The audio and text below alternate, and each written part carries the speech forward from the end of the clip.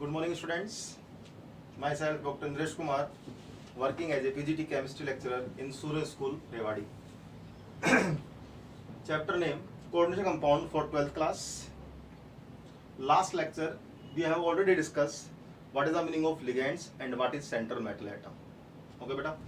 Next, today we will discuss some important terms.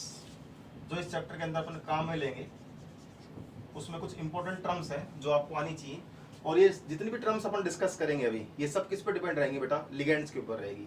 तो जिन students ने ligands को इस तरीके से कर लिया ना, उसको ये टर्म्स समझने में कोई दिक्कत नहीं आएगी। तो देखिए सबसे पहली टर्म्स का जो नाम है वो है बेटा एम्बिडेंटेट लिगेंड। ये बेटा टोटल मिला के 8-10 टर्म्स है, तो आपको ध्यान में रखनी है इन टर्म्स को। डेफिनेशन भी डायरेक्ट पूछ लेता है एग्जाम के अंदर, और इसका एग्जाम्पल भी पूछ लेता है। तो ये सब कब क्लियर होगा? जब आपको ये सारे लिगेंड्स ध्यान होंगे। तो सबसे पहले अपन बात करें एम्बिडेंटेट लिगेंड। तो सुनिए definition: ligands have more than one donor site.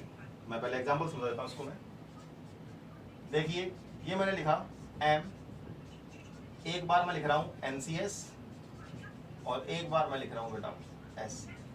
ठीक है, इस तरीके से इसका एक एग्जांपल हो, एक बार मैं लिख रहा हूं बेटा NO2 और एक बार मैं लिख रहा हूं ONO। तो अगर अपन ध्यान से देखें इसके अंदर NCS और SCN दोनों में एलिमेंट सेम है, लेकिन अगर यहाँ पर देखें ये नाइट्रोजन डोनेट कर रहा है इसको, तो और यहाँ पर कौन डोनेट कर रहा है बेटा? सल्फर डोनेट कर रहा है इसको।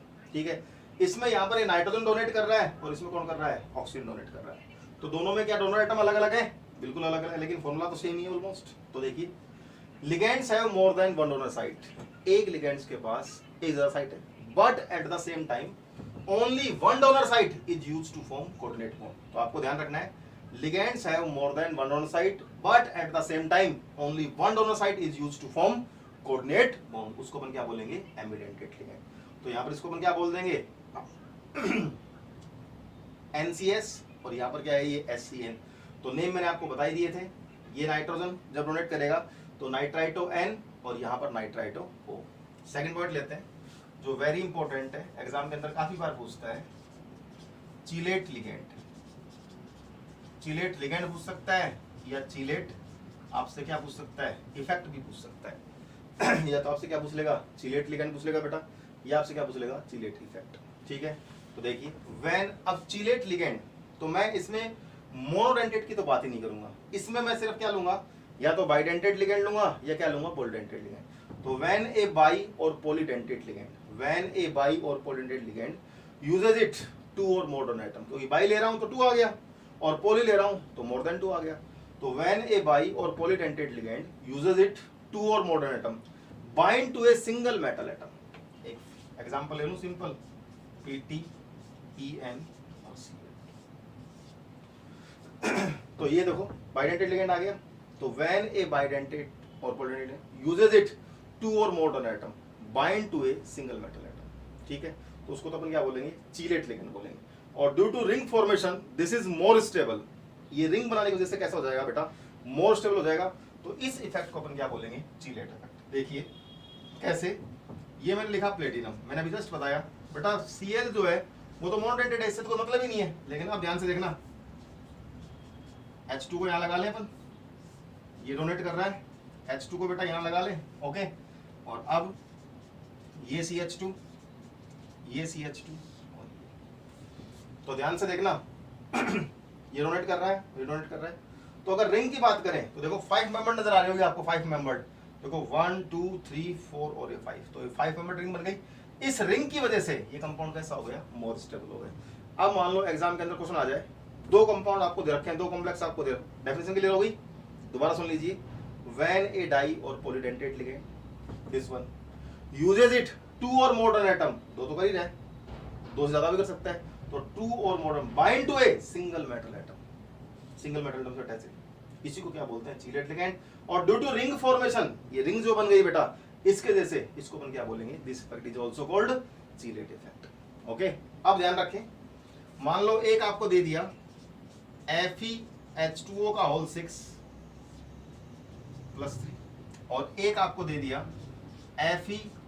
En का होल थ्राइस प्लस 3। तो देखो दोनों में आयरन है और दोनों में बेटा +3 स्टेट है, ऑक्सीजन स्टेट है, लेकिन इसके अंदर H2O सारे मोनोडेंटेड लिगेंड है, लेकिन इसके अंदर कैसा है, बाइडेंटेड लिगेंड है। तो आपका आंसर क्या होगा कि सर ये कंपाउंड जो है दिस वन मोर स्टेबल होगा ड्यू टू रिंग फॉर्मेशन या due to chelate ring formation. Is that clear? तो ये सेकंड दोनों इंपॉर्टेंट टर्म्स है, बार बार एग्जांपल पूछते हैं। नेक्स्ट थर्ड वन देखें बेटा, जो थर्ड टर्म्स है उसका नाम है कोऑर्डिनेशन नंबर।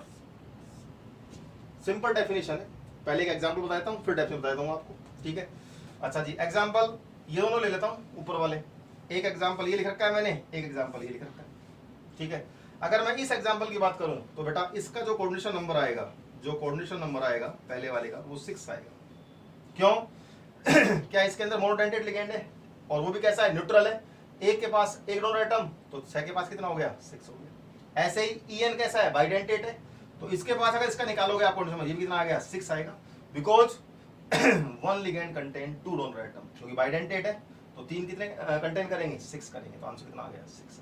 ठीक है, तो डेफिनेशन क्या बना दें, the donor atom of the ligands, the donor ऐसे बोल दें, the total number of donor atom of the ligands which are directly attached to the central metal atom, the total number of donor atom of the ligands which are directly attached to central metal atom, इसी को अपन क्या बोलेंगे बेटा, coordination number.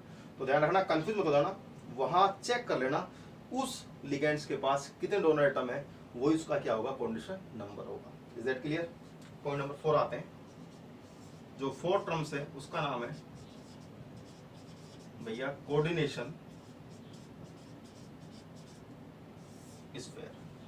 तो बेटा coordination sphere की बात करें, इसका एक नाम और होता है, या तो आप बोल दीजिए कोऑर्डिनेशन स्फीयर या सॉरी इसी को बोल सकते हैं कोऑर्डिनेशन एंटिटीज। तो ध्यान रखना, कोऑर्डिनेशन स्फीयर या कोऑर्डिनेशन एंटिटीज के अपन डिस्कस करें। तो सबसे पहले एक सिंपल एग्जांपल मैं लिख दूं,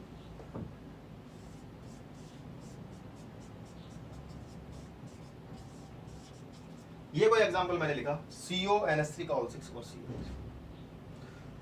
देखिए डेफिनेशन, स्फीयर का मतलब होता है बेटा दिस वन, ये जो स्क्वायर ब्रैकेट में लगा रखा है ना, ठीक है, इसके अंदर ये तो मेटल एटम हो गया और ये क्या हो गए, लिगेंड्स। तो देखिए the ligands which are directly attached to central metal atom, the ligands which are directly attached to central metal atom and are enclose in square brackets, इसी को अपन क्या बोल रहे हैं बेटा, कोऑर्डिनेशन स्फीयर या क्या बोल देंगे, कोऑर्डिनेशन एंटिटीज। दोबारा सुन लीजिए, the ligands which are directly attached to central metal atom and are enclosed in square brackets, these collectively terms known as coordination sphere या coordination entities। okay?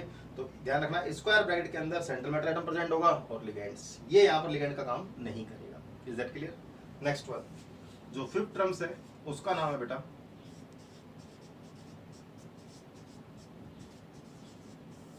Counter ions. तो counter ions सबसे पहले example ले लें, yes मैंने लिया CuNH3 का whole 4 SO4, CuNH3 का होल 4 SO4। अभी जस्ट मैंने आपको बताया, अगर लिगेंड्स की नेचर आपको पता है, किस कंपाउंड के पास, किस मॉलिक्यूल के पास कितना चार्ज हो आपको पता है, तो आराम से आप उसको ब्रेक डाउन कर सकते हैं। तो जैसे मैं इसको ब्रेक करूंगा, देखें तो देखिए इसको जब अपन ब्रेक करेंगे, यहाँ लिख देता हूँ CuNH3 का होल 4, ये तो +2 आ गया और प्लस, ठीक है बेटा।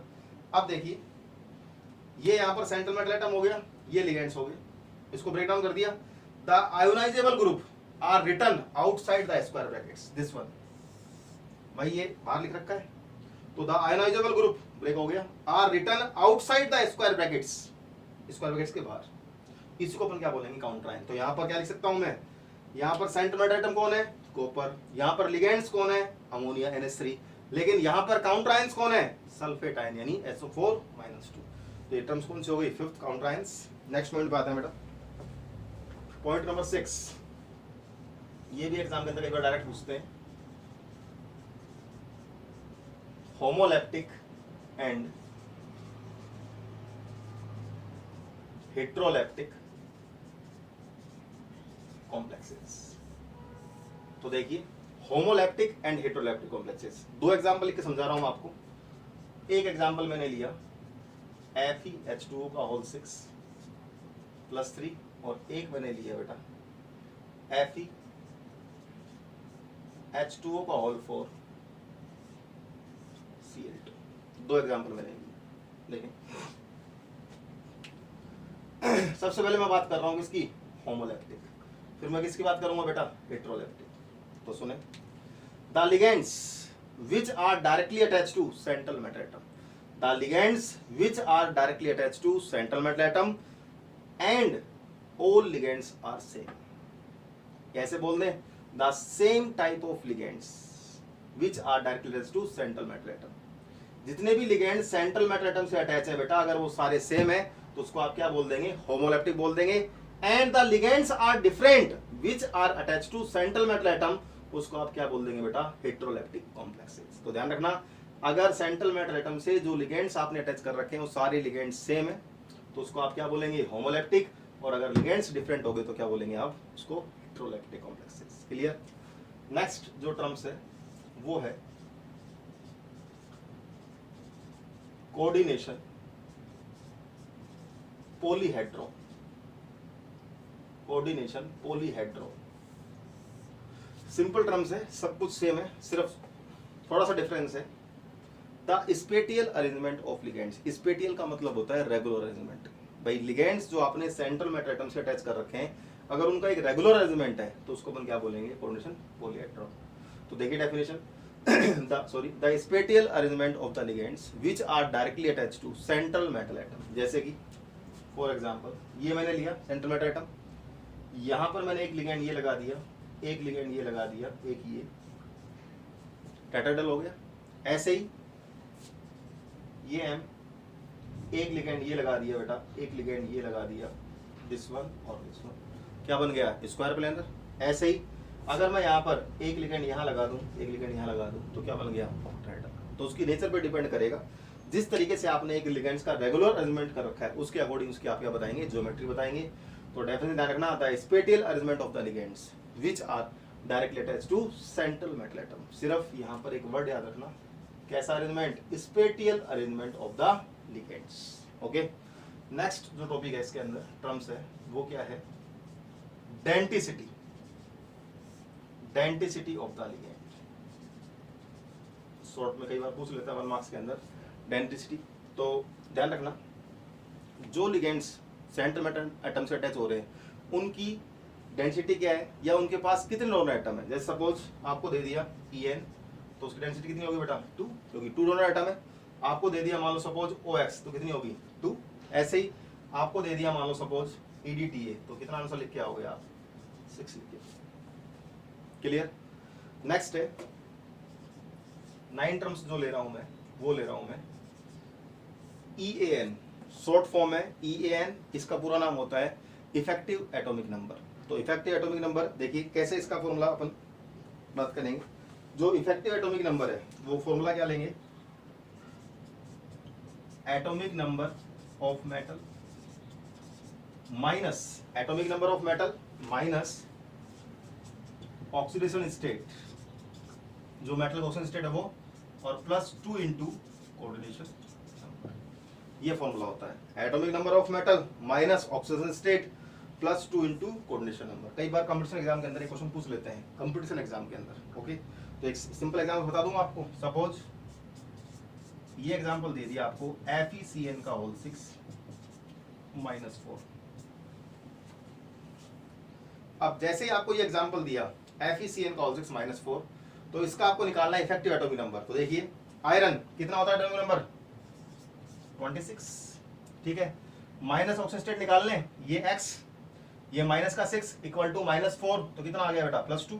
तो ये लीजिए 2 प्लस 2 इंटू कोऑर्डिनेशन नंबर, कितने लिगेंड है, 6, दोनों एटम कितने हो गए, 6, तो कोण कितना हो गया, 6, तो 24 प्लस 12 कितना आ गया इसका, 36।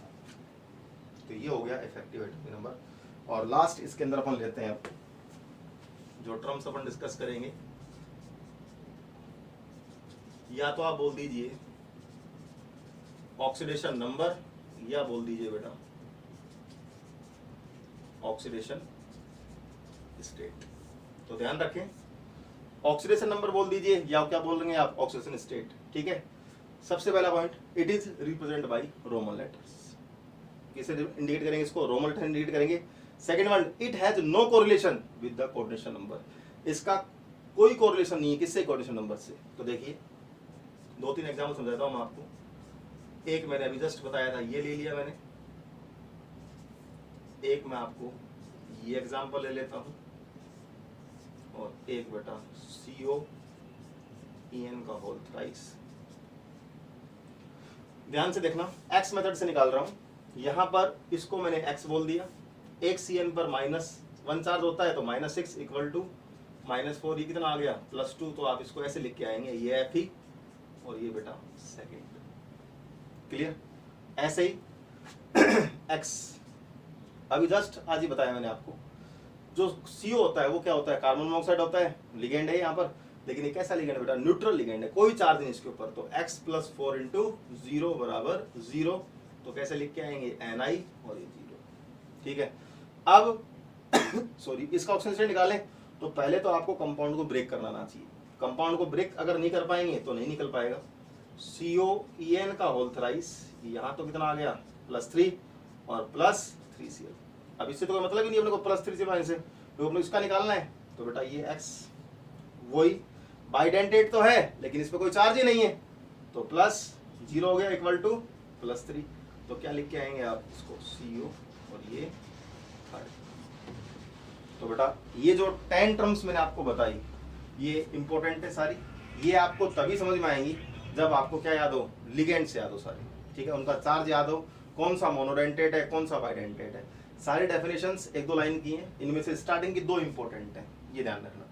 ठीक है ना, थायोसाइनेटो, आइसोथायोस, अगर HCN है तो थायोसाइनेटो, इसको बोलेंगे आइसोथायोसाइनेटो। तो ये चीजें सारी इंपॉर्टेंट है इस चैप्टर के अंदर।